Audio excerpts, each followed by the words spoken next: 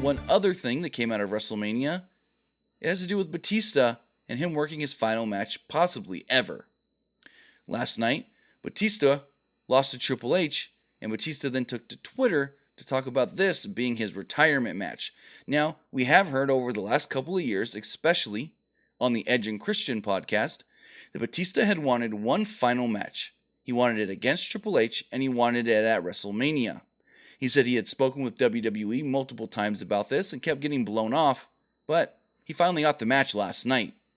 Batista then after WrestleMania sent out the following tweets stating, WWE Universe, thank you for letting me entertain you.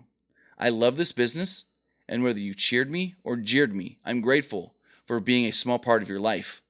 I am officially retired from sports entertainment, and I am grateful for every second of my amazing journey.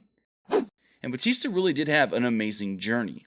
Batista was a former 6-time world champion, former tag team champion, 2-time Royal Rumble winner, and a surefire Hall of Famer. Batista has had many great matches in his career, basically taking on some of the biggest names of the last 2 decades in the WWE. So Batista's now, I guess you could say, even though he already was, a full-time movie personality, or should I say movie star. He's got wrestling behind him. Maybe he can come back for appearances here and there, but it looks like Batista is done wrestling as far as doing matches, and I think that's one of two things. He's getting up there in age, and 2, maybe movie studios are hesitant to sign him to movies if they think, oh, well, you can leave anytime to go do wrestling. Look what happened to The Rock 10 years ago. Or not even 10 years ago, like 6 years ago.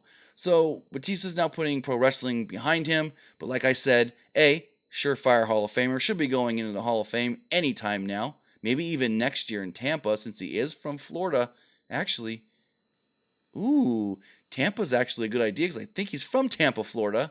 And B, maybe he can do appearances here and there like on special episodes of Raw or SmackDown.